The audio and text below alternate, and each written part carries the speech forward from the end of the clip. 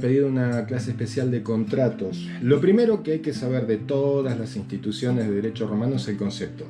Y el concepto que en ambas cátedras utilizamos como definición de contratos es precisamente la que aparece en el libro de Argüello y que es de Bonfante, y que se define como el acuerdo de voluntades entre dos o más personas con el fin de constituir una relación obligatoria reconocida por la ley.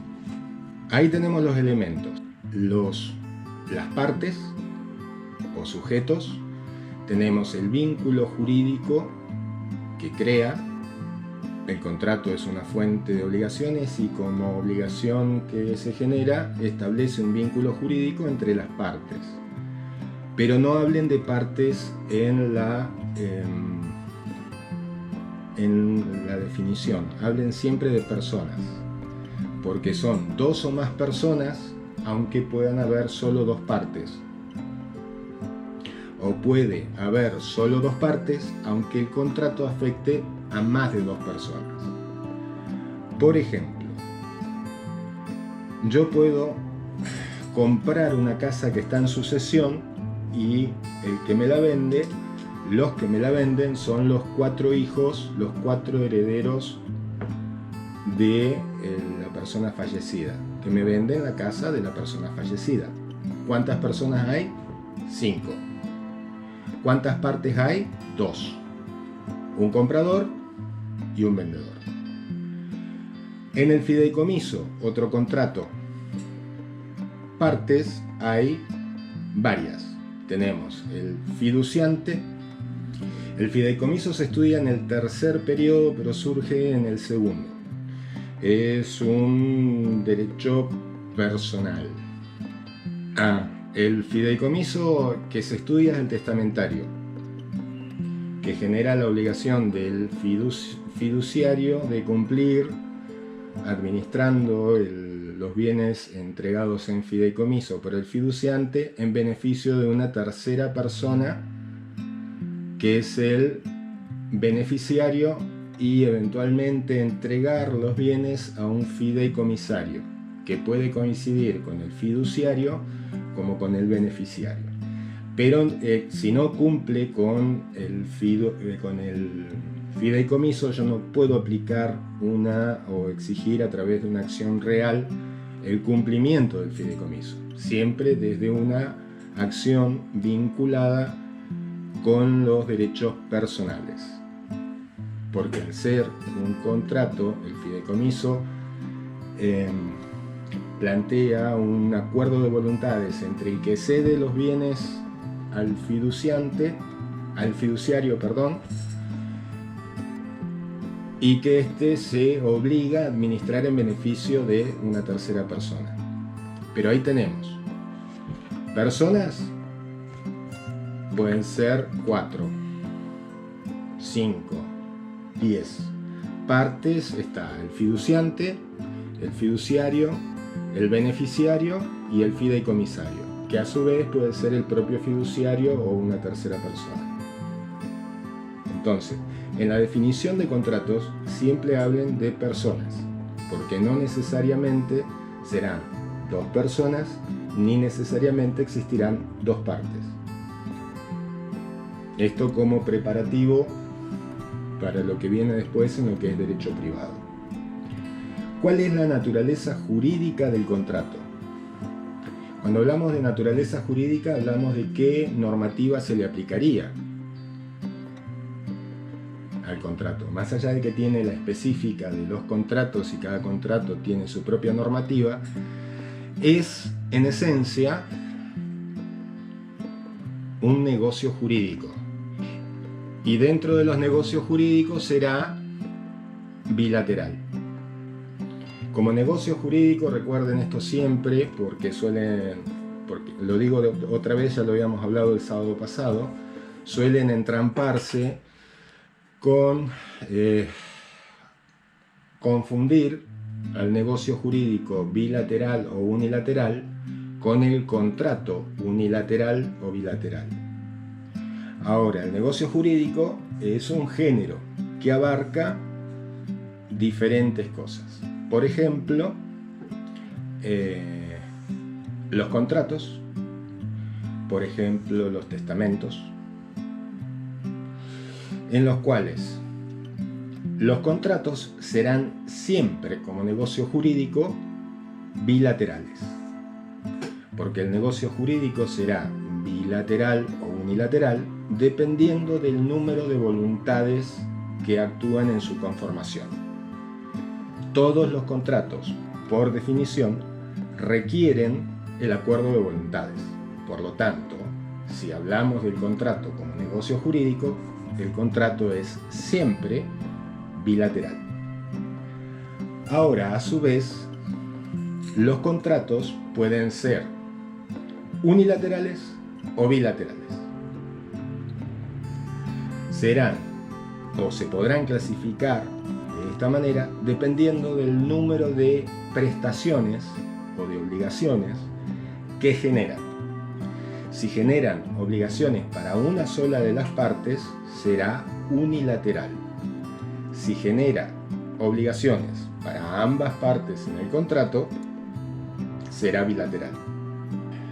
Un contrato unilateral, siempre unilateral, será el mutuo, que es el préstamo de cosas consumibles, en el cual se transmite, es un contrato real, en el cual se transmite la propiedad de cosas consumibles. Y solo surge la obligación del mutuario de devolver la misma cantidad, especie, de las cosas que recibió. Solo surge una obligación para el mutuario. Por ejemplo, ustedes sacan un crédito en el banco, se lo aprueban, le dan el dinero y solo surge la obligación de ustedes de pagar ese crédito en las cuotas, formas y con la tasa de interés que establezca el banco. En los contratos bilaterales surgen obligaciones para ambas partes.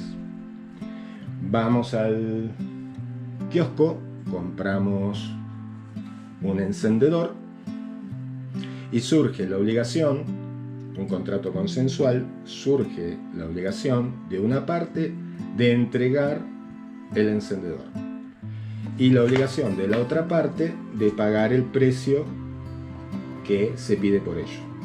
Será siempre la compra-venta bilateral.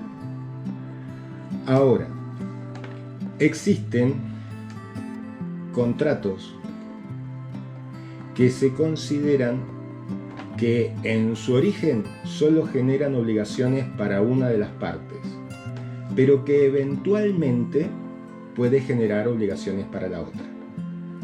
En el caso de la compra-venta,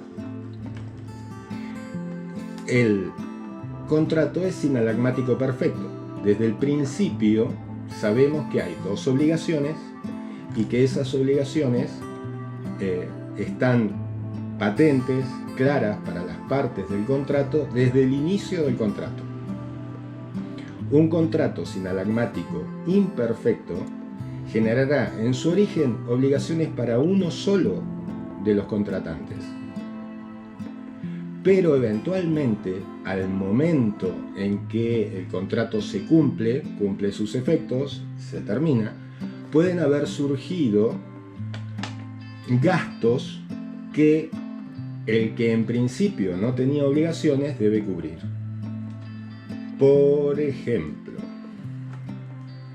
el secuestratario judicial o el depositario judicial. Entonces, vamos a juicio per sacramentum in rem, supongamos en el primer periodo. Hacemos la apuesta, el encendedor es mío, él dice no, el encendedor mío es mío y paga la apuesta. Simulamos una lucha y eventualmente el juez en la segunda parte del proceso determinará de quién es el encendedor. Pero ¿quién lo tiene mientras tanto? No. Puede nombrar a una de las partes del juicio para que lo tenga o puede nombrar a una tercera persona para que lo tenga. El depositario judicial. que en principio ese depósito judicial, que tiene que ser aceptado por el depositario, solo genera obligaciones para el depositario, que es exhibir y presentar la cosa al momento de la audiencia del juicio. Acá está la cosa. Supongamos que el encendedor debía estar en funcionamiento al momento de la audiencia. Y resulta que no es este encendedor, sino uno de benzina, que la benzina se evapora. Entonces el depositario, para mantenerlo en funcionamiento, compró benzina y lo colocó en el encendedor y lo presenta. Él cumple con su obligación, pero dice, muchachos, yo tuve un gasto para que este encendedor siguiera funcionando todo el tiempo, al momento de la presentación en la audiencia, y todo el tiempo que transcurrió la benzina se evaporó, por lo que pido que quien sea declarado dueño me pague el gasto de la benzina. Caso más claro, cuando hay discusión sobre ganado y se nombra a un tercero depositario. Supongamos que es un caballo. El caballito pobre hay que darle comer avena, hay que darle agüita, hay que llamar al veterinario porque hay que tener toda la diligencia para que el caballito no sufra, no se enferme, si se enferma se cure y esté en condiciones al momento de la audiencia en juicio. Entonces yo, que era el depositario judicial del caballo que Eliana y Helio se discutían, vengo y digo, muchachos, muy bonito todo, ojalá que tengan suerte y el caballo también y vaya con el que mejor lo cuide, pero que el que mejor lo cuide, que me pague los gastos de veterinario, de avena y demás antes de hacerse del caballo, antes de que el juzgado le entregue el caballo. Entonces, en principio, solo está la obligación mía de devolver el encendedor o el caballo dependiendo del caso en el que estemos.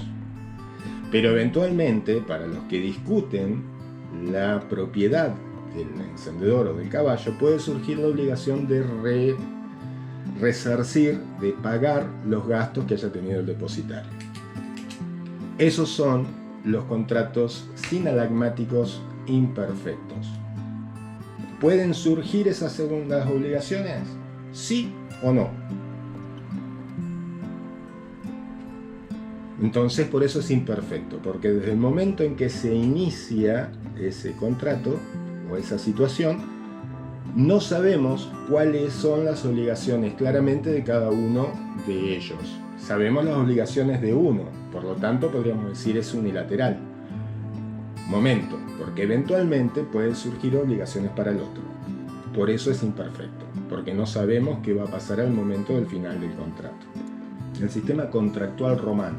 El primer antecedente que podemos decir que era un protocontrato es el nexum, mediante el cual una persona, normalmente un plebeyo empobrecido, ponía como garantía su propio cuerpo, su propia libertad, para que normalmente un patricio con mayor capacidad económica le realice un préstamo de dinero o de semillas para él poder desarrollar algún tipo de actividad económica. Si no cumplía, el patricio tomaba al plebeyo deudor, lo paseaba por un cierto tiempo por el mercado y si nadie se ponía en el lugar de esta persona para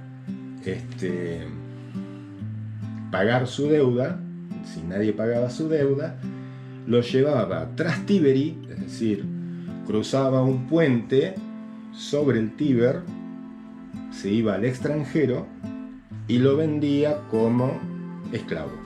También verán en este periodo que existía la posibilidad de que si había muchos acreedores lo llevaran tras Tiberi, lo cortaran en pedacitos, cual pollo antes de meterlo al horno, y se repartían las partes.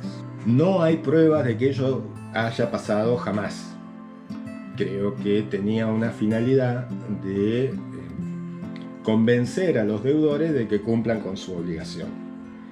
Siendo eminentemente prácticos, lo pasearían todos ellos por el mercado y si nadie pagaba o se pagaba solo una parte de las deudas, lo llevarían tras Tiberi, lo venderían como esclavo y del producido de esa venta se cobrarían a prorrata de sus créditos. A prorrata quiere decir por porcentaje de incidencia en la deuda total. Supongamos que Helio me debe a mí 5 pesos, Liana me debe 3, Helio me debe a mí 5, le debe a Liana 3 y a Idelsa le debe 2. En total son 10 pesos. Nadie paga esa deuda, lo llevamos a Helio del otro lado del Tíber, lo vendemos y cobramos 5 pesos. Yo me llevaré por porcentaje 3 y Eliana e Idelsa se llevará 1 cada uno. Y así se consideraría cancelada la deuda. Se considera cancelada la deuda, aunque no hayamos cobrado la totalidad del crédito. No es que si después Helio trabaja duro y consigue el que lo manumita a su dueño y nos lo encontramos, vos todavía me debías 2 pesos a mí, 2 pesos a Eliana y 1 a Idelsa. No, se canceló la deuda.